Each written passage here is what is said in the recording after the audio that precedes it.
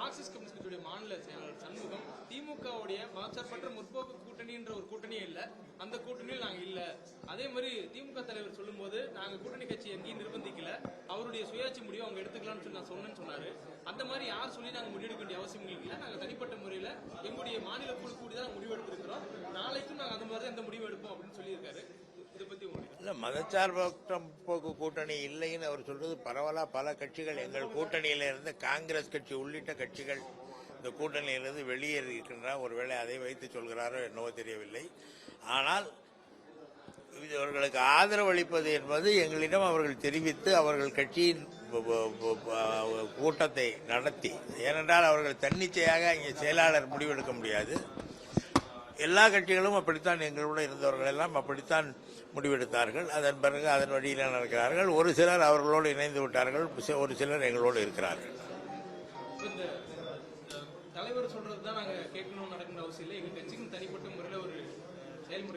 எல்லா கட்சி எங்கள் தலைவரே அதை சொல்லி இருக்கிறார். அந்தந்த கட்சிக்கென்று அவர்கள் ஒரு எடுக்கிற முடிவை நாம் விமர்சிக்க கூடாது என்றே சொல்லி இருக்கிறார். அந்த கட்சியின் உரிமை அது, அவ்வளவுதான். இதைத்தான் சொல்லியிருக்கிறார். எங்கள் தலைவரே அதை சொல்லி இருக்கிறார்.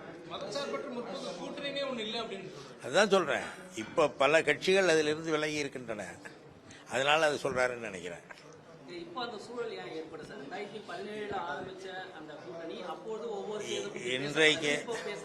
இன்றைக்கு இரண்டு கட்சிகள் எங்களிடம், எங்கள் கூட்டணியில் இருந்த 3 கட்சிகளில் சார்பில் அமைச்சர்கள் தாவேக அமைச்சரவையில் இடம்பெற்றிருக்கிறார்கள். அப்படி என்றால் அந்த கூட்டணியிலிருந்து அவர்கள் விலகி சென்றிருக்கிறார்கள் என்றுதான் பொருள். அதை எண்ணி அவர் சொல்கிறார் என்று நான் கருதுகிறேன்.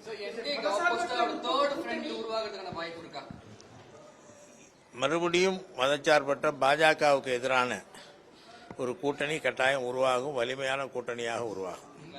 இந்தியா அலையன்ஸ் அப்படிங்கறத உருவாக்குறதுல திமுகவுக்கு மிக முக்கிய பங்கு இருக்கு தேசிய அளவில்.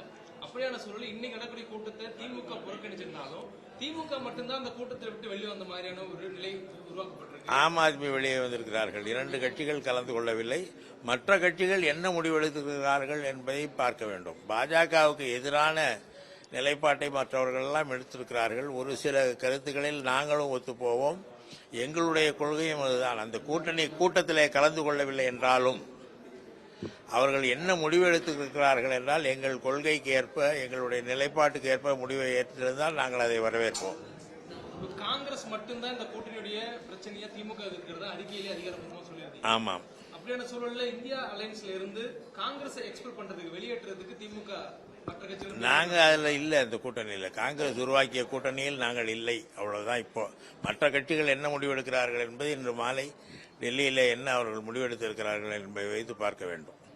முதலமைச்சரா இதுவரையும் தமிழ்நாட்டில் இருந்தவர் அடுத்த பிரதமர் வேட்பாளராக போகணும்னு கட்சியில பல விருப்பம் சொல்றாங்க. அதுக்கான முனைப்புகள் கட்சியில் இருக்கா? எந்த கட்சியில? திமுக. முதல் திமுக என்பது ஒரு கொள்கை இயக்கம். தேர்தல் வெற்றி தோல்விகள் திமுகவை அசைத்து கூட பார்த்ததில்லை. 75 ஆண்டு காலமாக பல வெற்றிகளை சந்தித்திருக்கோம், பல தோல்விகளையும் சந்தித்திருக்கிறோம். 1991ஆம் ஆண்டு முத்தமிழறிஞர் கலைஞர் மட்டுமே வெற்றி பெற்றார். திமுகவில் மற்ற அனைவரும் தோற்றோம். அடுத்த தேர்தலில் ஜெயலலிதாவே தோற்கடித்தோம். எனவே ஒரு வெற்றியோ ஒரு தோல்வியோ திமுகத்தை பாதிக்காது. இது ஒரு கொள்கைக்காக உருவான இயக்கம். அந்த கொள்கைகளை தொடர்ந்து பயணிப்போம். வெற்றி வரும் பொழுது இந்த கொள்கைகளை செயல்படுத்துவோம். வெற்றி பெறாத நேரத்தில் அந்த கொள்கைகளை ஆட்சியிலே இருப்பவர்கள் செயல்படுத்த வேண்டும் என்று அழுத்தத்தோடு போராடுவோம். தலைவர் முடிவெடுப்பார்.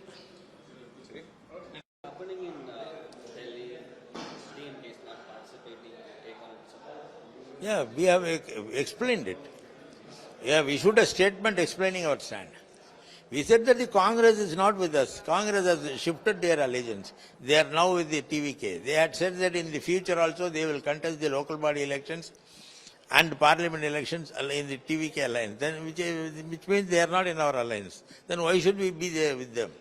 So will DMK form a third front opposing NDA? Not necessary. We are here in Tamil Nadu. We have a front. We have parties along working with us. Ideologically, they are with us. They will fight BJP. That will continue.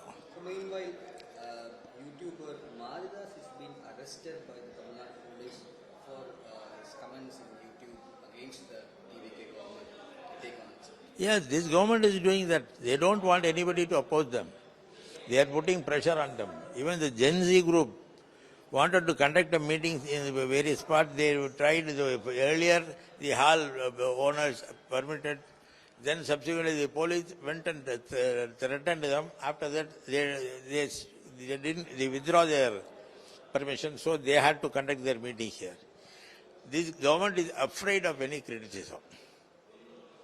So apart from the post-poll alliance made by the Congress, what are the other reasons to cut off Congress and start? See, there were two views within the Congress. Only the AICC president and TNCC president were with us. There were other groups who were not with us. They had been talking even while before our talks. They were talking with Vijay. When they wanted 28 seats, they wanted one Rajya Sabha seat also. We gave them. But they could not win 23. They have lost in 23 seats. Only 5 they had won. But they were no, we worked. Our cadets worked for them.